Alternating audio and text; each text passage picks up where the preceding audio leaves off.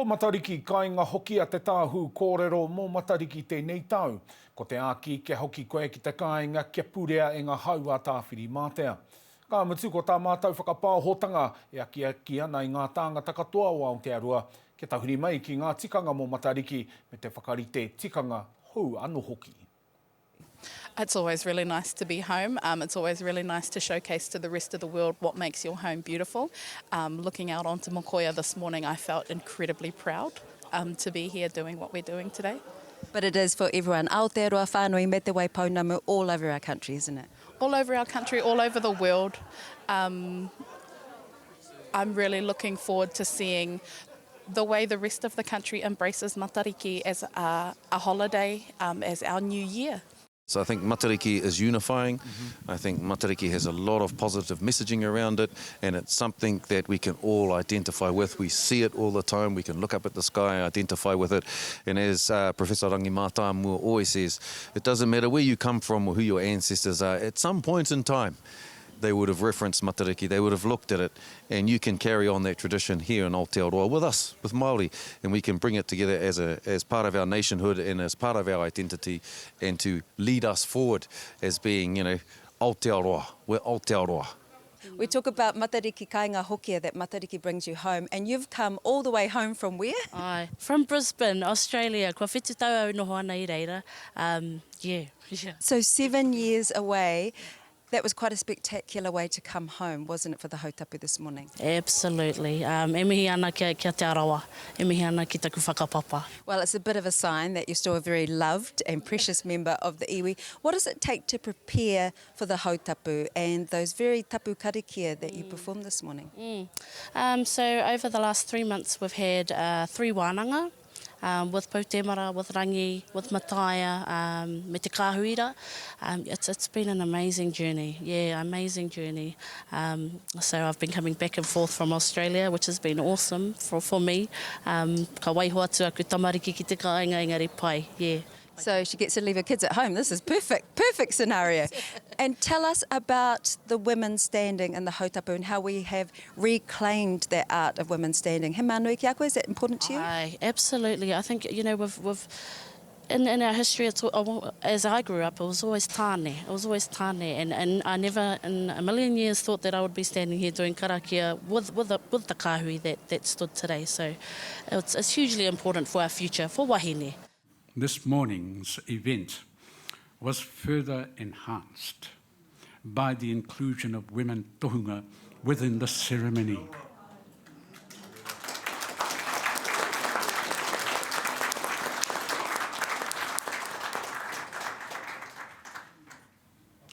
They performed alongside their male counterparts. They took part in the karakia to honour and talk to the stars and to open the new year. You could feel the aroha. You could feel the aloha.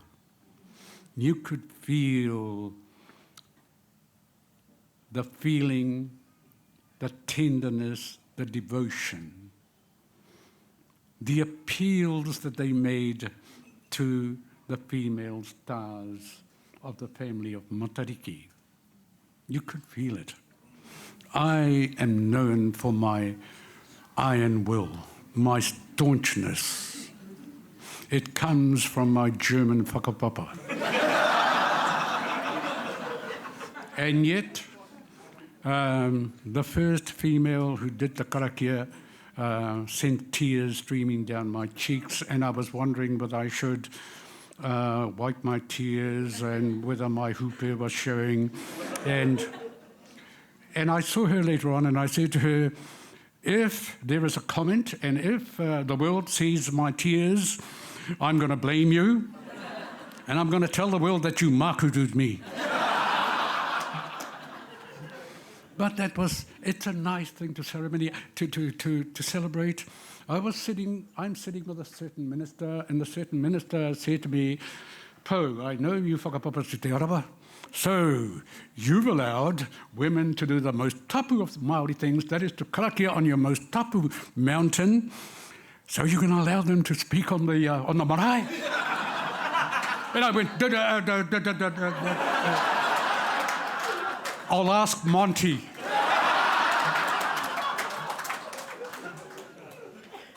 While we celebrate many days within our year, Matariki provides us with an opportunity and time for us to listen and to learn and to apply those practical aspects to our everyday lives. Our challenge is not only to celebrate Matariki today, but to give effect to it by learning how to reintegrate and re-establish traditional practices. This will enable a deeper understanding of our relationship with the environment and to our place. Generations from now, celebrating Matariki as a public holiday, we will have shared much kai together, had uncountable kōrero about Matariki in the coming year, shared our mātauranga further than ever before. I hope that long before then, 100% of New Zealanders will celebrate Matariki, and we will stand strong as a nation with indigeneity at its core and be proud to welcome in our new year with the stars. Tātai ki te whetūrangi, mautonu, mautonu, mautonu e. Au e tātai tangata ki te whenua, ngaronoa, ngaronoa, ngaronoa hi.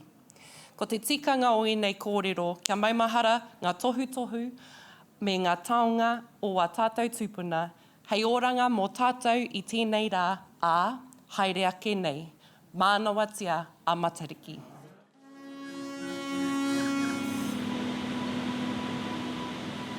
Ia tau, ka piki atu mātou, ki te maunga ki te karakia. Ka tai, ka unuku atu, ka tauna te ai. Ka wakaua I ngā ingoa o te unga kaumate, ka tukuna atu ki te marea. Rana, Virginia, Marekura, ki weturere Pōwhē, Robert Gray. Ki reira tuku atu ai, kia tākiri atu ai wetu I te rangi. The last year's been, since the last Matariki, has been a tough one personally, to be honest. My father battled away with cancer for 9 months, and it got him in the end. Yeah, I think there's a bit of a chip on my shoulder going into the next year around, you know, wanting to do my dad proud, and for what 2023 holds as a rugby player doesn't get any bigger. Nui ngā koranga ke roto I ngā pūrākau, hei ako I a tātou me pēhea te tiro I te taiao, me pēhea te tiro me haka mahi I te mātauranga Māori, hei arataki I te tahi kaupapa, e kore tāia te ao pūtaia o Pākehā te tiro ne.